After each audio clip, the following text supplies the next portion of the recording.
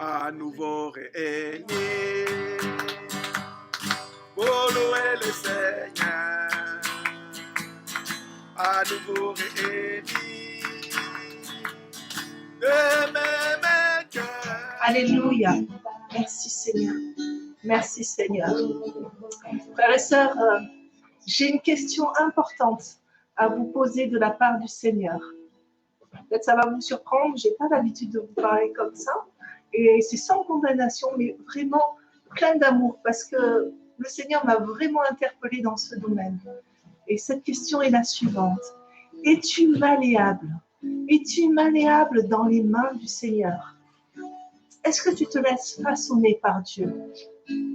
Est-ce que tu te laisses vraiment façonner par Dieu, tel que lui le veut, et dans toutes choses, dans tous les domaines?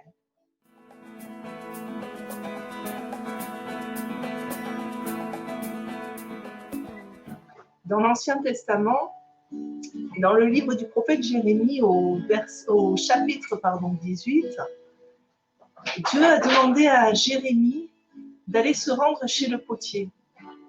Et il lui a demandé d'observer, parce qu'il voulait parler à son cœur. Et Jérémie a observé la façon dont le potier a commencé à façonner son vase, et la façon dont il était insatisfait de la forme qui lui était faite. Et ce potier a pris cette décision de repartir à zéro, de refaçonner, de repartir sur quelque chose d'informe pour en faire le vase qu'il avait définitivement prévu, pour lui donner la forme exacte qu'il souhaitait. Et au verset 6, il est question de ce potier et de ce que le Seigneur a dit par rapport à ce potier. Parce qu'il a voulu que Jérémie voie ces choses afin qu'il comprenne ce que le Seigneur voulait lui dire. Et le Seigneur lui a dit, vous êtes de l'argile dans la main du potier, c'est moi le potier. Je paraphrase bien sûr, mais vous pourrez le lire. Dire vous êtes vous, le peuple d'Israël, vous êtes vous, les enfants de Dieu, par extension, chacun d'entre nous, comme dans la main du divin potier. Et j'aimerais vous lire ce matin en introduction, Marc 2, 18. Un jour que les disciples de Jean et les pharisiens étaient en train de jeûner, ils vinrent trouver Jésus et lui demandèrent « Comment se fait-il que tes disciples ne jeûnent pas alors que les disciples de Jean et les pharisiens le font ?» Jésus leur répondit « Comment les invités d'une noce pourraient-ils jeûner pendant que le marié est avec eux? Aussi longtemps que le marié se trouve parmi eux, ils ne peuvent pas jeûner. Le temps viendra où il leur sera enlevé. Alors ce jour-là, ils jeûneront. Personne ne raccommode un vieux vêtement avec un morceau d'étoffe neuve. Sinon, la pièce rapportée tire sur la vieille étoffe et en arrache une partie. Finalement, la déchirure est pire qu'avant. De même, personne ne verse du vin qui fermente encore dans de vieilles outres. Sinon, le vin nouveau fait éclater les vieilles outres et voilà que le vin est perdu. Et les outres aussi. À vin nouveau, outre neuve. Bien sûr, on a entendu souvent ce message qui parle des vieilles outres, qui parle du vieux tissu. Mais je voudrais attirer votre attention sur le fait d'être élastique, le fait d'être modelable, le fait d'être souple, comme ces outres neuves qui étaient en cuir suffisamment souple pour pouvoir accueillir quelque chose de nouveau, quelque chose qui bouillonne, quelque chose presque de vivant en termes de matière. Comme ce tissu neuf qui est capable d'avoir suffisamment d'élasticité et qui ne fait pas craquer la pièce à raccommoder. Je pense que le Seigneur veut ce matin nous demander de faire quelque chose de nouveau peut-être, ou d'être suffisamment à son écoute. Les disciples de Jésus étaient soumis à lui, alors ils étaient appelés à faire des choses peut-être différentes. Oui, ne jeûnaient pas pendant que les autres jeûnaient, mais tout simplement parce qu'ils étaient au pied du Maître, ils étaient à leur écoute. Alors vraiment, soyons à son écoute maintenant, au nom de Jésus.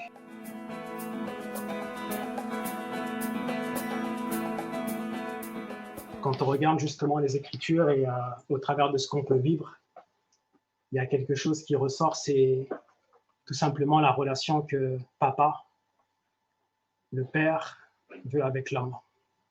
avec tous les hommes. Et ce désir brûle dans son cœur, ce désir est fort, ce désir est ardent. Et c'est justement, c'est quand on est en communion avec ce désir, c'est ça qui impacte nos vies et qui pousse au changement, qui pousse à la transformation. Parce que c'est fait par amour. Et au travers des temps que nous sommes en train de passer, effectivement, on peut se poser beaucoup de questions. Beaucoup de questions par rapport à la gloire de Dieu, à la puissance de Dieu, à la communion avec le Seigneur. Et justement, il y a quelque chose qui nous tient fort avec lui, c'est l'espérance. L'espérance qu'il est fidèle, l'espérance qu'il agit et qu'il va encore agir, l'espérance de voir la gloire de Dieu. C'est quelque chose que nous sommes appelés à garder jusqu'au bout.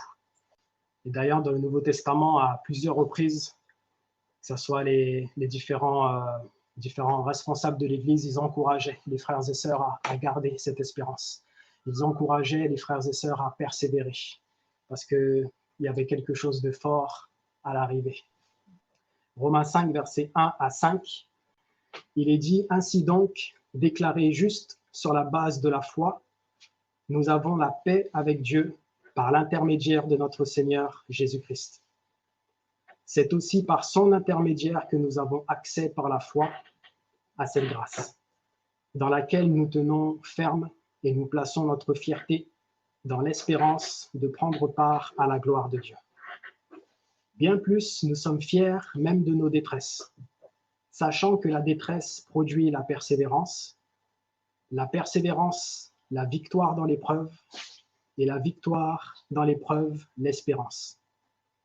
Or, cette espérance ne trompe pas, parce que l'amour de Dieu est déversé dans notre cœur par le Saint-Esprit qui nous a été donné. Quand on regarde ce passage, on voit que, effectivement, par la foi, nous avons, par l'intermédiaire de notre Seigneur Jésus, nous avons accès, nous avons la paix avec Dieu et nous avons accès, un libre accès à lui. Mais pour nous tenir justement dans la réalité, on peut dire de ce qu'on vit ici-bas, il est parlé effectivement des détresses, il est parlé de la persévérance, mais il est parlé également de vivre la victoire que Jésus nous a acquise. Et qu'au fur et à mesure de notre marche, cette victoire justement nourrit notre espérance. Mais pas que. Bien plus, il y a l'amour de Dieu qui est déversé dans nos cœurs par le Saint-Esprit. Et en quelque sorte, ça nourrit également notre espérance. On peut des fois s'attendre à des victoires dans nos vies que nous ne voyons pas. Mais bien plus, en attendant de voir certaines victoires, il y a quelque chose qui ne, comme il est dit, ne trompe pas. L'amour de Dieu est déversé dans notre cœur par le Saint-Esprit qui nous a été donné. Son désir d'être proche de l'homme, de vivre avec lui, est quelque chose de fort. Et on va voir ensemble comment... On va essayer de voir une autre image de Jésus, si vous voulez bien. Une autre image de Jésus où, si vous voulez, on a pu, jusqu'à présent, même souvent, mettre Jésus au premier plan. Et Jésus est important parce que c'est par lui que nous avons accès au Père. C'est lui qui est le chemin, la vérité et la vie. C'est par lui et au travers de son sang que nous pouvons nous approcher avec assurance dans la présence de Papa. Mais on va voir comment Jésus, sur terre, lui a pleinement laissé la place pour que la communion avec les hommes que Papa voulait puisse pleinement se faire. On va lire ensemble Matthieu 4, au verset 12 à 16. C'est le début du ministère public de Jésus. Il est dit, lorsqu'il apprit que Jean avait été arrêté, Jésus se retira en Galilée. Il quitta Nazareth et vint habiter à Capernaum, ville située près du lac, dans le territoire de Zabulon et de Nephtali, afin que s'accomplisse ce qu'avait annoncé le prophète Ésaïe. Territoire de Zabulon et de Nephtali, route de la mer, région située de l'autre côté du Jourdain, Galilée à la population étrangère. Le peuple assis dans les ténèbres a vu une grande lumière, et sur ceux qui se trouvaient dans le pays de l'ombre de la mort, une lumière s'est levée. Pourquoi il s'est manifesté dans ce territoire? Pourquoi, comme il est dit, Galilée des gentils? Quand on regarde l'histoire, on sait que Dieu était le Dieu d'Israël, mais voulait petit à petit se manifester à tout le monde.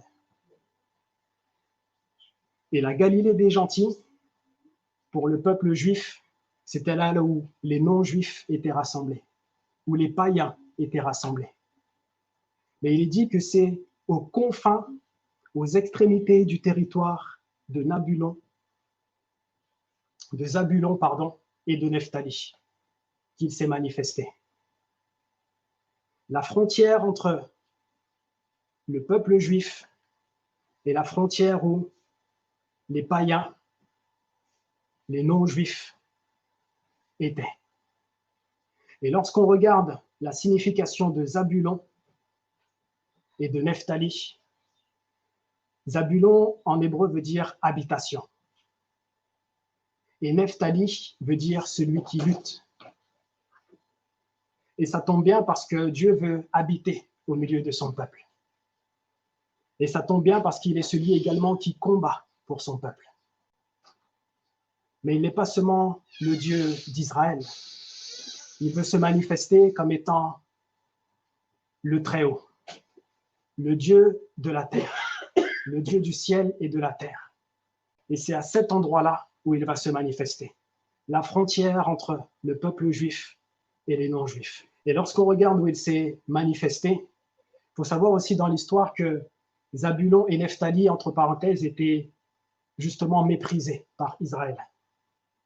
Méprisés parce que c'est là où les non-juifs étaient.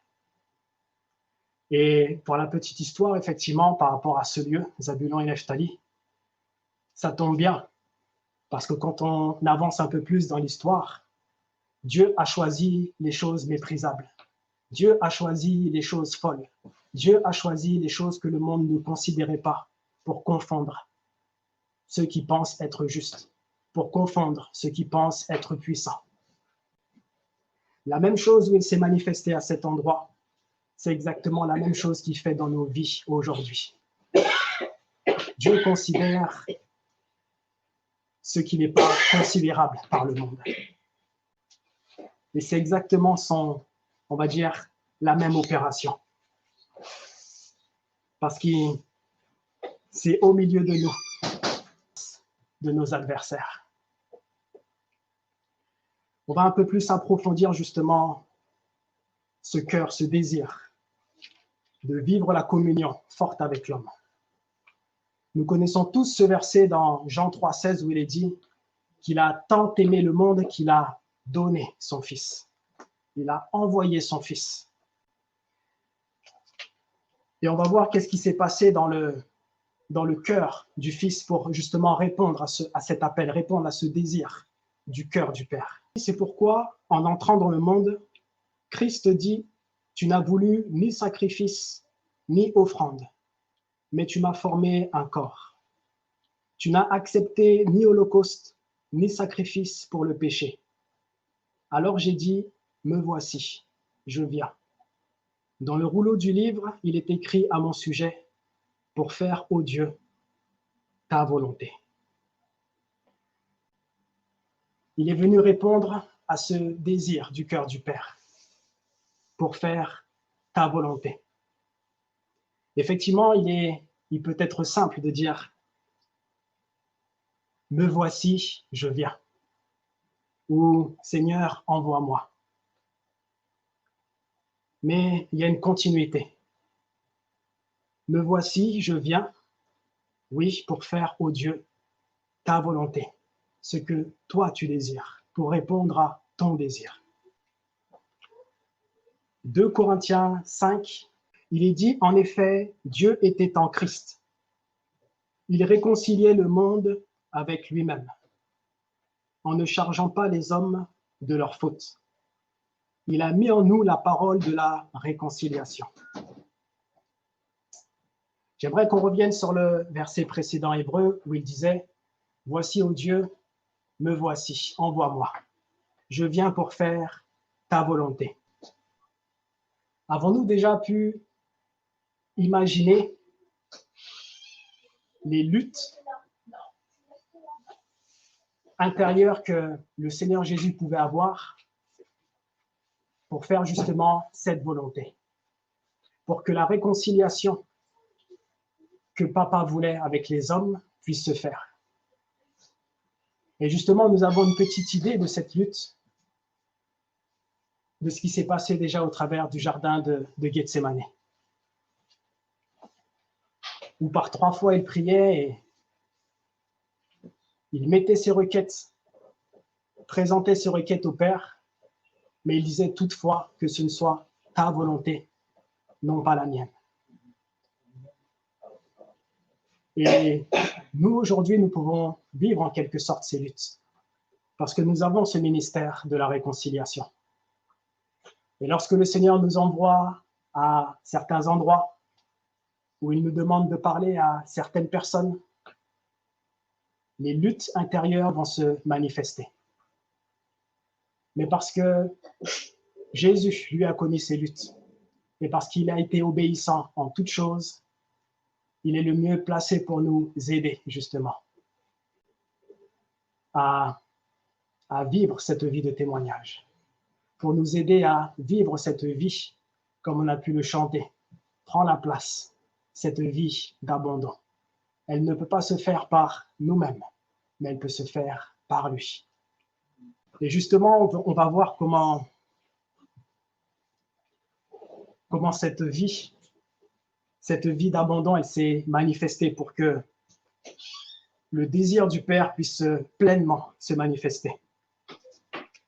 Hébreux 2, il est dit, en effet, celui pour qui et par qui toute chose existe, voulait conduire à la gloire beaucoup de fils.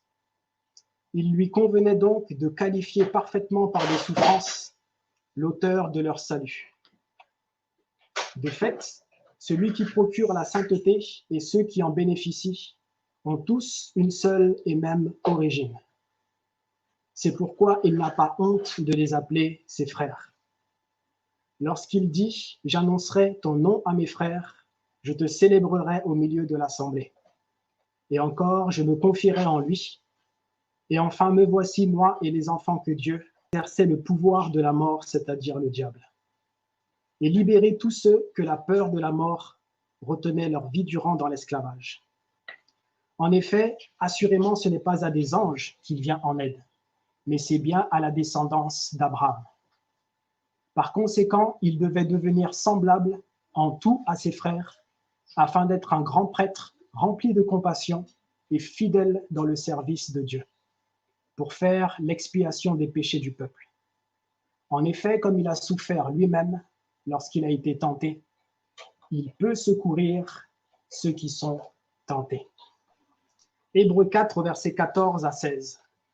Il est dit, « Ainsi, puisque nous avons un souverain grand prêtre qui a traversé le ciel, Jésus, le Fils de Dieu, restons fermement attachés à la foi que nous professons. En effet, nous n'avons pas un grand prêtre incapable de compatir à nos faiblesses. Au contraire, il a été tenté en tout point comme nous, mais sans commettre de péché. Pendant sa vie terrestre, Christ a présenté avec de grands cris et avec larmes des prières et des supplications à celui qui pouvait le sauver de la mort. Et il a été exaucé à cause de sa piété. Ainsi, bien qu'étant fils, il a appris l'obéissance par ce qu'il a souffert.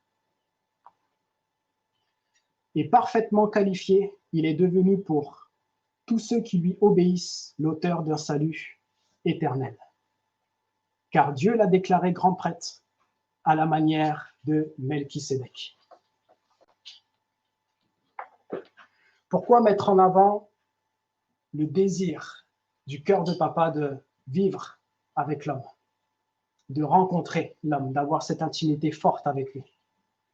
Et pourquoi mettre en avant l'abandon de Jésus-Christ, qui a fait la volonté parfaite de Dieu?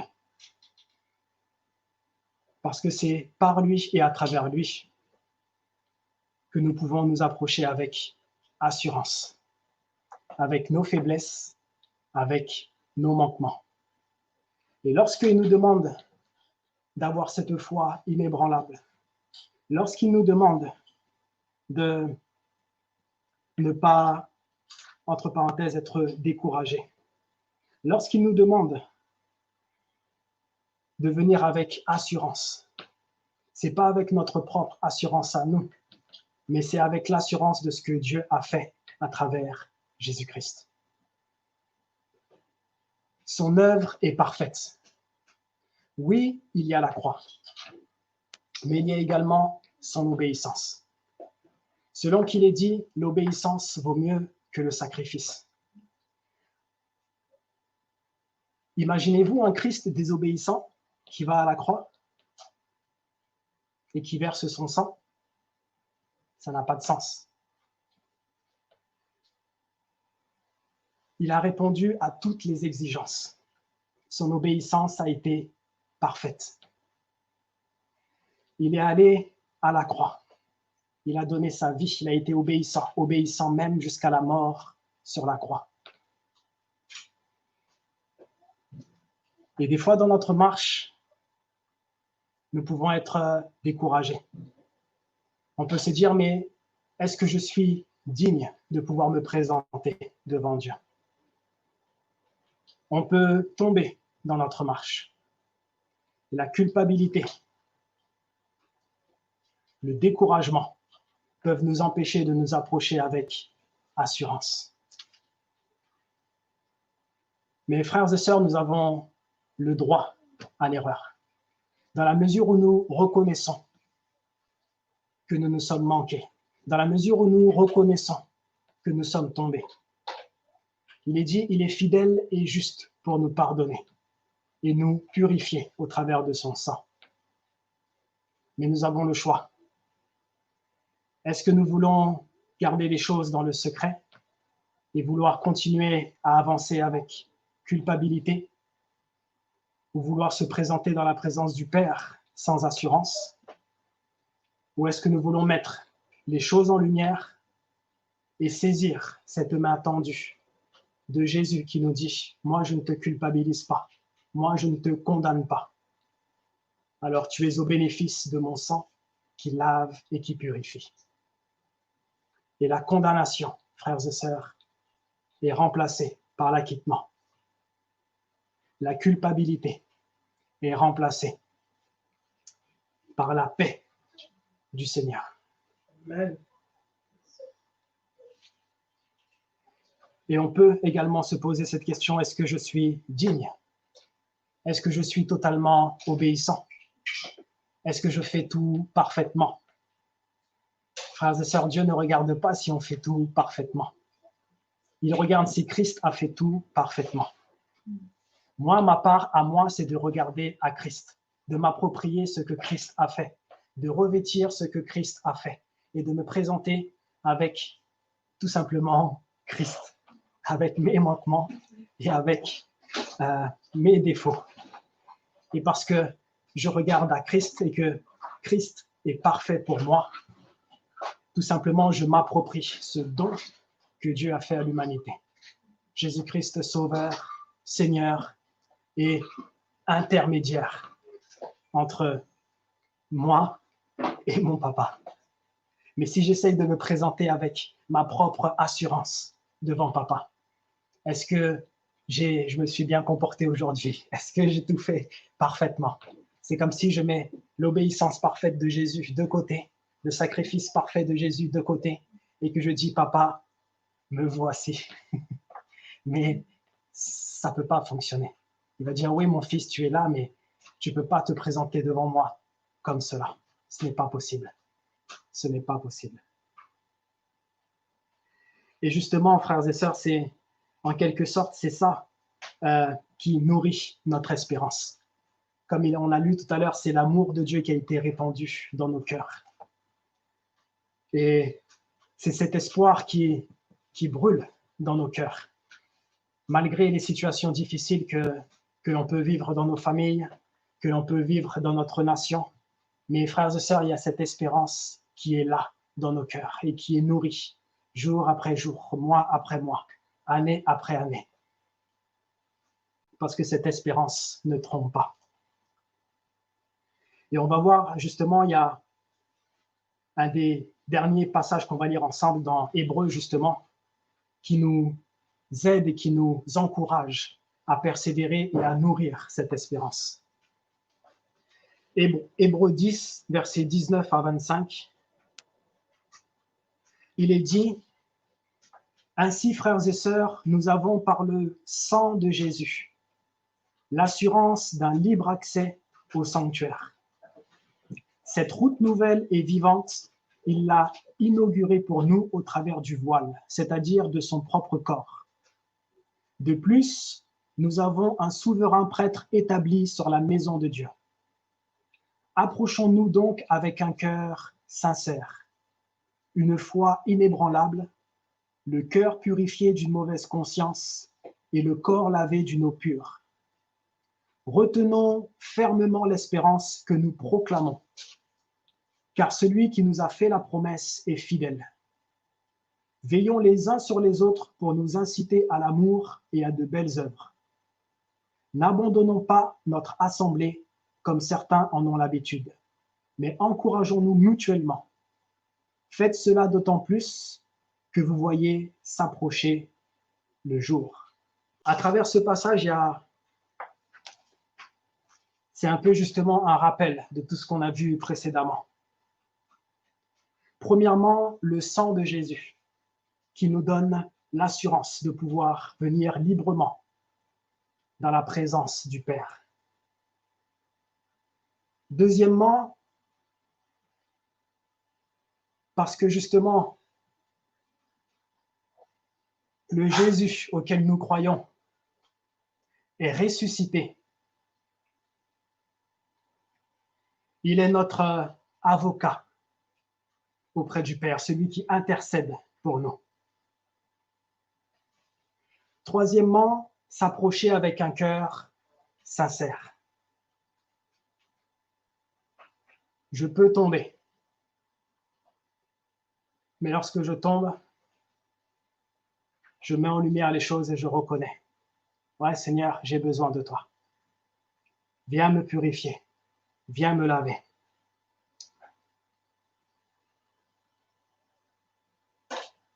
Un autre point, rester fermement attaché à cette espérance que nous avons reconnue et que nous proclamons. Et effectivement, nous proclamons autour de nous cette espérance que Jésus est mort et ressuscité. Nous proclamons autour de nous que tout homme peut être réconcilié avec Dieu au moyen de Jésus-Christ. Mais il nous est demandé à nous, en tant qu'enfants de Dieu, de rester fermement attachés à cette espérance que nous proclamons. Un autre point, la communion fraternelle. Parce qu'au travers de la communion fraternelle, on peut veiller les uns sur les autres. On peut s'encourager. N'abandonnez pas vos réunions. Parce que c'est dans la communion fraternelle qu'on peut vivre justement toutes ces choses.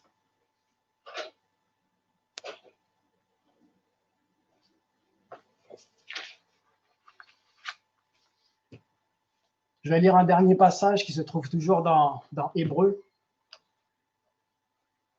Il est dit, lorsque Dieu fit sa promesse à Abraham, il prêta serment sur son propre nom, car il ne pouvait pas jurer au nom d'un plus grand que lui-même. Il déclara en vérité, je te le promets, je te comblerai de bénédictions et je te donnerai une nombreuse postérité. Et Abraham lui fit confiance. Il attendit patiemment l'accomplissement de la promesse. C'est ainsi qu'il vit se réaliser ce que Dieu lui avait promis. Il est de coutume parmi les hommes de prêter serment au nom d'un plus grand que soi. Le serment qui vient appuyer une affirmation est une garantie qui met fin à toute contestation. Voilà pourquoi Dieu aussi ajoute à sa parole un serment. Il a voulu par là donner aux bénéficiaires de la promesse une preuve supplémentaire qu'il ne reviendrait jamais sur sa décision. Nous sommes donc en présence de deux actes irrévocables, la promesse et le serment, par lequel Dieu s'interdisait à lui-même de modifier sa résolution. Le Dieu qui ne saurait mentir entendait nous donner par là une assurance inébranlable. Il voulait nous encourager pour que nous, qui avons tout quitté pour le suivre, à saisir de toutes nos forces l'espérance proposée et à en faire notre seul refuge. Cette espérance est pour nous l'ancre solide et ferme de nos vies. Elle pénètre par là le voile du sanctuaire céleste jusque dans le lieu très saint, c'est-à-dire dans la présence de Dieu. Là, Jésus est déjà entré pour nous en précurseur lorsqu'il est devenu notre grand prêtre pour l'éternité dans la lignée de Melchisédek. J'aimerais attirer votre attention sur le verset 19. Cette espérance est pour nous l'ancre solide et ferme de nos vies. Nous savons que lorsque le bateau arrive à bon port, comme on dit, pour lui donner une stabilité, une certaine stabilité, à cause des courants, des vents qui peuvent y avoir, l'ancre va être jetée à la mer pour donner cette stabilité, pour ne pas que le bateau puisse, partir au gré des vents et de la puissance de la marée.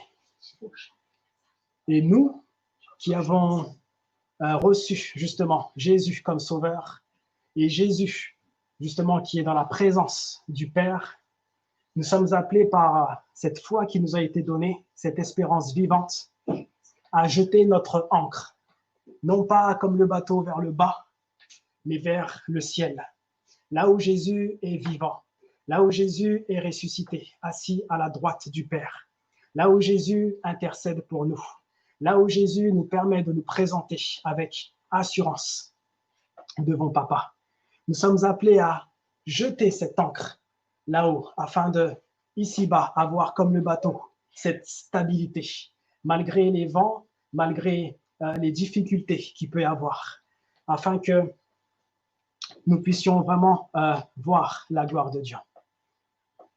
Frères et sœurs, en préparant ce message, j'avais vraiment ça sur le cœur.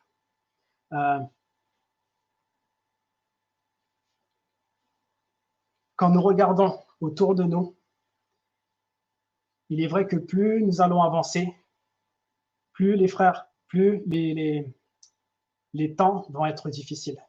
On ne va pas se mentir. Mais Jésus est ressuscité. Et ça, c'est quelque chose, frères et sœurs, j'aimerais vraiment attirer vraiment votre attention sur ça. Et je prie, ma prière, c'est que le Seigneur vraiment nous donne à chacun et chacune des preuves concrètes de sa résurrection. Quand on regarde la parole,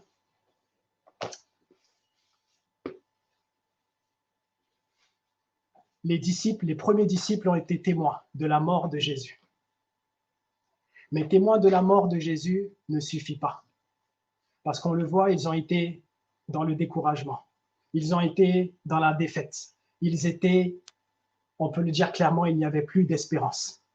Mais vu que le Seigneur fait quelque chose de bien, après sa mort, pendant 40 jours, il a pris soin de leur donner des preuves concrètes de sa résurrection, afin que ceux qui manquaient d'encouragement puissent être encouragés, afin que ceux comme Pierre qui avaient renié le Maître, par 3 fois, Pierre avait renié le Maître, non, je ne le connais pas. Mais au moment de la résurrection, au cours d'un repas, il prendra Pierre à part et par 3 fois, il demandera à Pierre, m'aimes-tu? Pierre, à ce moment-là, a été restauré dans sa relation avec Jésus. Celui qui entre parenthèses, même ceux qui pouvaient être incrédules, comme Thomas, ont reçu des preuves concrètes. Peu importe. Abandon du maître, découragement, les disciples d'Emmaüs, incrédulité, Thomas, mais chacun, dans ce qu'il vivait avec le Seigneur, a reçu une preuve concrète de sa résurrection, afin qu'il puisse être un témoin efficace. On ne peut être témoin, frères et sœurs, de ce qu'on a vu et entendu. Et avant de les envoyer, avant de leur dire « Allez, je vous envoie. Allez annoncer ma parole, allez annoncer ce que vous avez vu et entendu jusqu'aux extrémités de la terre. » Il a pris soin de faire d'eux des témoins de sa mort et de sa résurrection, pour après recevoir le Saint-Esprit. Les frères et sœurs, ma prière, c'est que vraiment, en ces temps, il puisse nous donner des preuves encore et encore concrètes de sa résurrection. Parce que ça nourrit l'espoir, ça booste notre foi. Et dans l'attente justement de sa venue glorieuse, nous sommes encouragés et nous sommes appelés à justement partager autour de nous que Jésus est mort, mais bien plus qu'il est ressuscité et qu'il y a de l'avenir et de l'espérance. Alléluia. Amen. Amen. Voilà. Seigneur, merci. Merci pour tout simplement ce désir, cette proximité que tu veux avec chacun de nous. Et Jésus a accompli tout parfaitement pour que cela puisse être possible. Et je prie, Seigneur, que tu puisses nous conduire encore un peu plus, Seigneur, dans ces eaux profondes, entre parenthèses, ce lieu très saint. Que celui qui peut être, entre parenthèses, sous la culpabilité, sous les découragements, puisse être encouragé et puisse être saisir justement cet acquittement qu'il y a au travers du sacrifice de Jésus, au travers justement de la mise en lumière, de la confession, qui a cette assurance qui est là, qu'il n'y a plus aucune condamnation pour nous qui croyons en toi, que la condamnation n'est pas de toi, que la culpabilité n'est pas de toi, mais que l'ennemi, au contraire, se sert de ces choses pour ne pas qu'on avance un peu plus vers toi. Je prie, Seigneur mon Dieu, que chacun et chacune d'entre nous puissions saisir justement cette liberté de parler. Seigneur, également que chacun et chacune, tu puisses encore, Seigneur mon Dieu, te révéler et donner des preuves concrètes de ta résurrection, Seigneur mon Dieu, parce que tu as appelé tes enfants à être des témoins de la mort de ton Fils, mais également de la résurrection de ton Fils. Alors que ceux qui sont découragés, Seigneur mon Dieu, puissent être encouragés. Que ceux, Seigneur mon Dieu, qui, tout simplement, agis, Papa, agis encore dans les cœurs. On a besoin, Seigneur mon Dieu, en ces temps où le monde commence à dire il n'y a plus d'espérance, eh bien nous voulons proclamer, Seigneur mon Dieu, par ta grâce, qu'il y a de l'espérance, parce que ton plan est parfait, Seigneur mon Dieu, et que ton Fils Jésus est ressuscité. Béni sois-tu, Papa. Merci pour ton plan. Alléluia. Amen. Amen.